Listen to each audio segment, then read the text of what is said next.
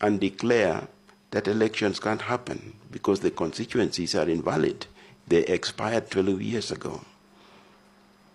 Or, if they want to make life difficult for us, they wait for elections to happen, and then they go to court to challenge that the elections are invalid.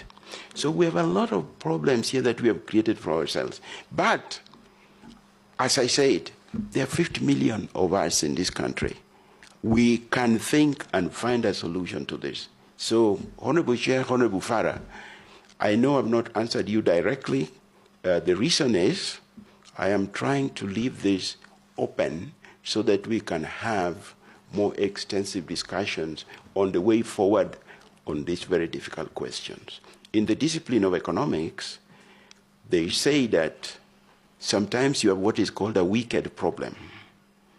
This probably is a wicked problem. A wicked problem is a problem for which you cannot find a clean solution. Honorable Selena, issues of technology. I think this was the last one, Chair. Issues of technology I have alluded to in my field. I've pointed out areas of technology. And those areas that I mentioned are applied everywhere today in making elections work well. Now, if you combine today, to do modern elections, you need geospatial sciences, you need ICT, and we have ICT people. The challenge there are very many people telling us that we can use the telephone to vote. I am sure eventually we will get there, but not for 2027. I think we are still stuck in a situation where people are used to the idea that you want to be able to verify that these are the so many votes that were cast and you can put your fingers on it. But we will progress onto this slowly.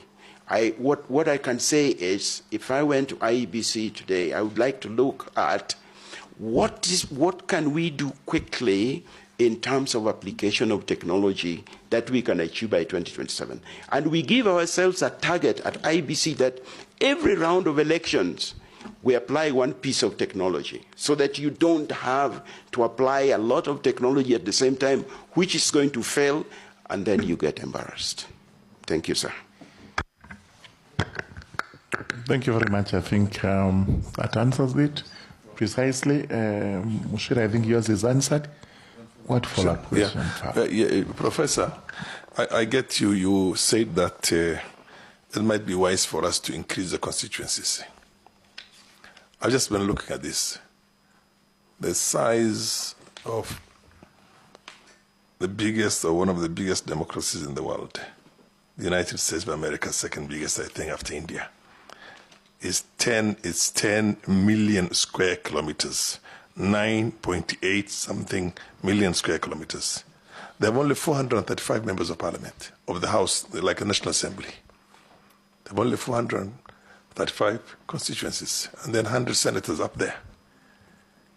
We have a country expanse of 544,000 square kilometers, and we already have 290 constituencies for 47 women reps. I can't remember, it's 369, is it? Just in the lower house, so 349.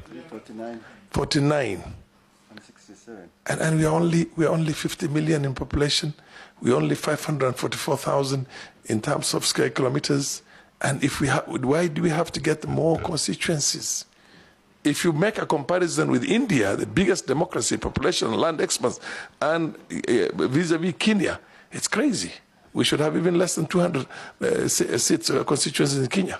So is it not time for us to rationalize this instead of just going on this wild goose chase of trying to appease everybody by adding some more constituencies? It's not working. Thank you, Honorable Farah. I think he was able to answer that by saying which member of parliament will walk into parliament as an elected member, and within a period of 5 years he walks back to say, I'm sorry, even the seat I had is now scrapped. So we have a problem in our hands, and let's not give Professor that one. I think it's really the members of parliament to ponder over it. Professor, Let's look at a few routine questions. Sorry, I cannot find them. They're here. Professor, I don't expect to say Professor has been convicted of an offense in the past. Professor, can that be possible? Sometimes it can be possible, but I have not been. I have not been, sir. Professor, your reputation and what you have done in this country is well known, and thank you for that. Professor, Chapter 6. Have you been cited, especially as an administrator of the university, having contravened Chapter 6 of the Constitution on ethics and integrity? No. In any way? No. No. Potential conflict of interest with IEBC. Have you done any work with IEBC before? And if so, is it likely to impair the way you do things in terms of interest? I've not worked with IEBC before, but if I become a commissioner and I'm confronted with a situation of conflict of interest, obviously the best thing to do is to declare interest. Good. And you declare interest. Mm-hmm. And if it requires recusal, then you recuse yourself. Pro bono, charity work, donations to charity.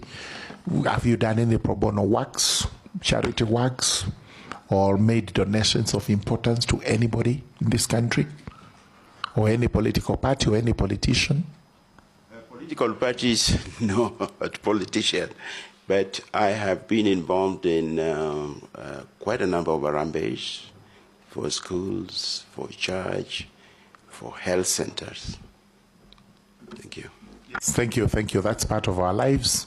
Finally, Professor, what would you want this committee to do? What would be your last words to this committee? Well, I came here with the hope that the committee will find me worthy to be a commissioner in IEBC. So what I would like this committee to do for me is to declare that I'm fit to be a commissioner in IEBC. Thank you very much. There would be, Honorable Tiende Amolo may be interested in this, but now I don't know whether in the converse or whichever way, with a Y. Just first and foremost, what is your net worth? After declaration, we'll have Otiende Amolo make a comment regarding that. Thank you. What is your net worth and what does it consist of? Thank you, sir. For the purpose of coming here, I got the services of a professional valuer. And he has told me that my net worth is 81.2 million Kenya shillings.